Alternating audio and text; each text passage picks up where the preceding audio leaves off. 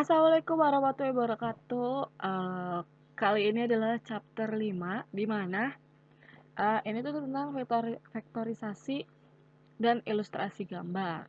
Jadi, yang pertama itu teorinya adalah mengapa kata-kata harus dilakukan vektorisasi dan ilustrasi gambar? Ya, penjelasannya adalah karena mesin hanya mampu membaca data dengan bentuk angka. Berdasarkan hal tersebut, maka tentunya diperlukan sebuah vektorisasi kata atau bisa disebut dengan mengubah kata menjadi bentuk vektor agar mesin seolah-olah paham apa yang kita maksudkan dan dapat memproses aktivitas atau perintah dengan benar. Jadi kenapa diperlukan vektorisasi itu karena emang biar si komputer atau mesin itu tuh bisa membaca apa yang kita mau gitu, apa yang kita inputkan. Nah, di sini ada ilustrasi gambarnya berikut seperti ini. Itu kayak dikompres atau di apa namanya diubah menjadi bentuk lain yang dimana dia bisa uh, si komputernya bisa ngebaca nantinya. Pada masing-masing objek yang terdapat pada dataset akan memiliki identitasnya tersendiri. Apabila dicontohkan dengan penjelasan yang lebih rinci, maka akan dilakukan perumpamaan sederhana. Jadi misalnya untuk Google Set yang dimiliki 3 buah objek yaitu berat, lebar, dan tinggi. Dari masing-masing objek tersebut pasti bakal dilakukan perbandingan antara berat dan lebar beserta berat dan tinggi. Nah, ini hasilnya akan memiliki presentasi yang berbeda, sehingga dapat diartikan bahwa mesin dapat membedakan objek yang hampir serupa namun tak sama. Nah, ini contoh ilustrasinya. Lalu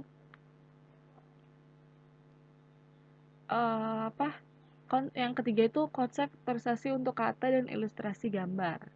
Gimana konsep untuk vektorisasi ini tuh sebenarnya sama ketika dilakukan input suatu kata pada mesin pencarian. Kemudian untuk hasilnya akan mengeluarkan berupa referensi mengenai kata tersebut. Nah, kayak gitu. Contohnya tuh kayak yang kemarin itu. Terus habis itu, jadi ketika menginputkan kata channel, maka mesin akan mengakhirkan kriteria dengan kata tersebut. Nah, ini tuh kayak I. Misalnya kita masukin I, terus nanti tuh ada kayak referensi gitu. Kayak yang mau diklik tuh yang mana, kayak gitu. Nah, ini tuh perhitungannya. Jadi ini ada. Terus yang keempat itu ada konsep vektorisasi untuk dokumen dan ilustrasi gambar. Dimana terbilang dengan sama konsep vektorisasi kata, yang membedakan itu cuman proses awalnya. Jadi pada waktu dieksekusi awalnya itu, dimana mesin bakalan membaca semua kalimat yang terdapat pada dokumen tersebut. Kemudian kalimat yang ada itu bakal dipecah jadi kata-kata. Nah, kayak gitu. Jadi kalimatnya itu dipecah menjadi kata-kata. Yang kelima itu pengertian main dan standar defisiasi beserta ilustrasi gambar. dimana mean adalah nilai rata-rata dari beberapa buah data. Nilai mean dapat ditentukan dengan membagi jumlah data dengan banyaknya data mean rata-rata. Jadi merupakan ukuran pemusatan data. Terus pengertian standar deviasi. Itu adalah sebuah teknik statistik yang digunakan untuk menjelaskan homogenitas kelompok, di mana varians merupakan jumlah kuadrat semua deviasi nilai individual terhadap rata-rata kelompok. Sedangkan akar dari variasi disebut dengan standar deviasi atau simpangan baku.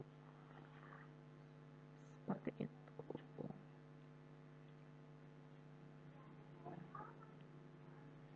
Nah, di sini ada ilustrasi gambarnya di bawah. Penjelasan skipgram dan ilustrasi gambar. Skipgram itu kebalikannya, yaitu mencoba merediksi vektor kata yang ada di konteks. Diberikan kata tertentu, skipgram membuat sepasang kata target dan konteks sebagai sebuah instance, sehingga skipgram cenderung lebih baik ketika ukuran korpus sangat besar. Nah, ini ada contoh-contohnya. Nah, ini waktu ada praktek di mana percobaan Google Dataset, yaitu yang pertama perbandingan dan similarity untuk beberapa data berikut. Yang pertama adalah data love, di mana penjelasan love dapat dilihat bahwa nilai pada vektor baris pertamanya adalah 0,10302734. Lalu, jika dibandingkan dengan gambar Veit, dapat dikatakan bahwa kedua gambar tersebut tidak dapat dimasukkan pada kategori yang sama. Dimana pada gambar Veit, dia baris pertamanya 0,26 sekian. Jadi, dia kalau dibandingkan sama gambar Vol, tidak dapat dimasukkan pada kategori yang sama. Sementara pada gambar Vol, dapat dilihat bahwa baris pertamanya adalah min 0,04 sekian. Jadi dia tidak bisa dimasukkan pada kategori yang sama. Nah, pada hasil gambar SIG dapat dilihat bahwa nilai pada vektor baris pertamanya adalah 1,826 sekian. Lalu jika dibandingkan dengan gambar clear, tidak dapat dikategorikan bahwa kedua gambar tersebut tidak dapat dimasukkan pada kategori yang sama.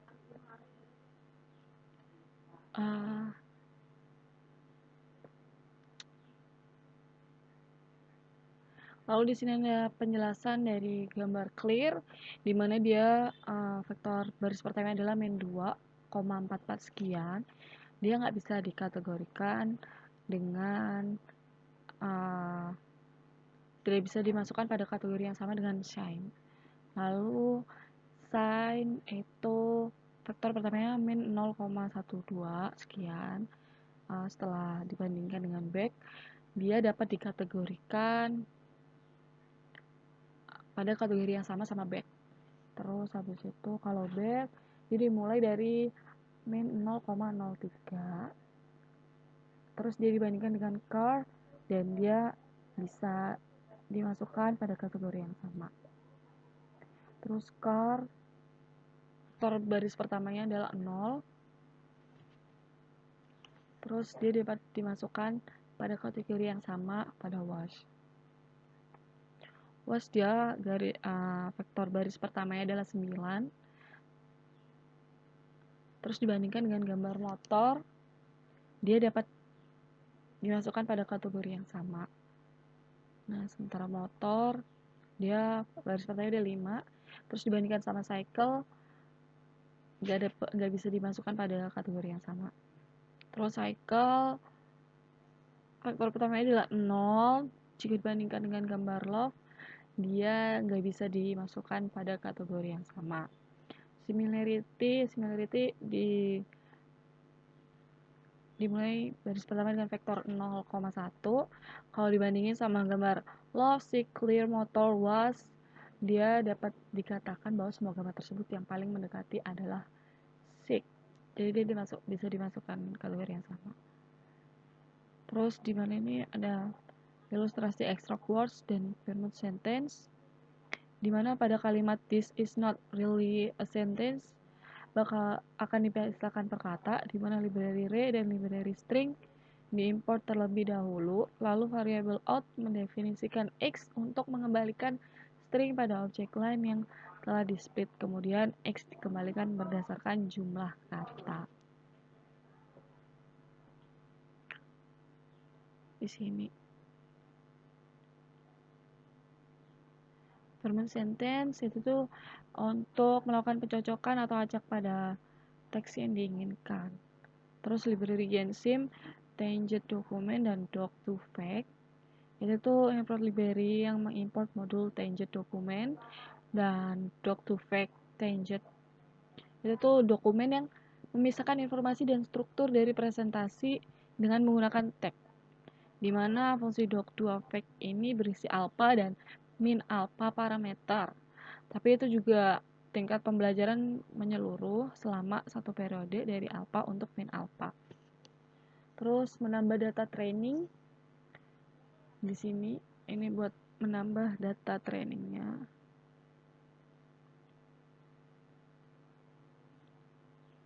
Ini ada model yang pertama, kita masukin ini, terus di mana dia akan membaca directory name dari data yang ada di dalam kurung, terdapat 3 data gitu. Dia bakal membaca dokumen yang di sini, ini dokumen yang ada di, bentar, gak muncul. Nah, dia bakal membaca dokumen yang ada di sini kayak gitu. Balik lagi seperti itu. Terus pengocokan dan pengisian data, jadi ini contoh ilustrasinya, ini caranya,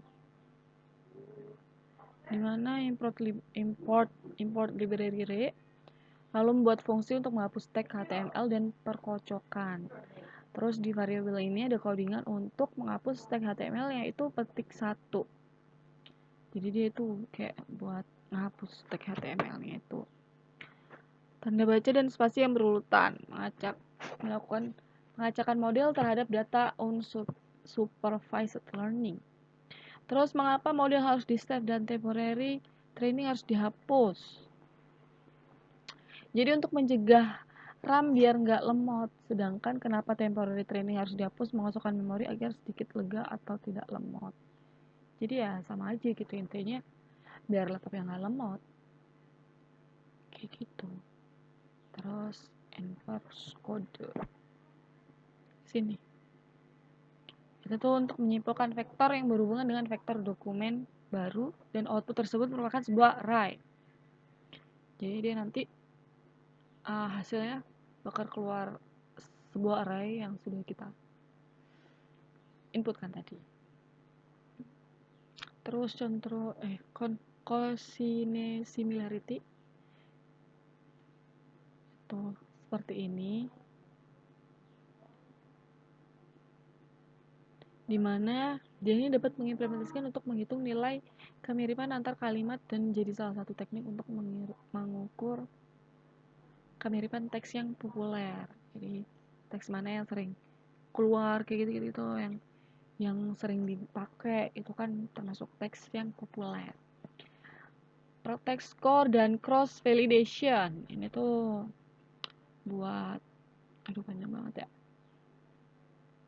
menghitung atau memprediksi dan mengetahui keakuratan suatu nilai. Sini ada error dimana ternyata buat datanya ini waktu itu masih belum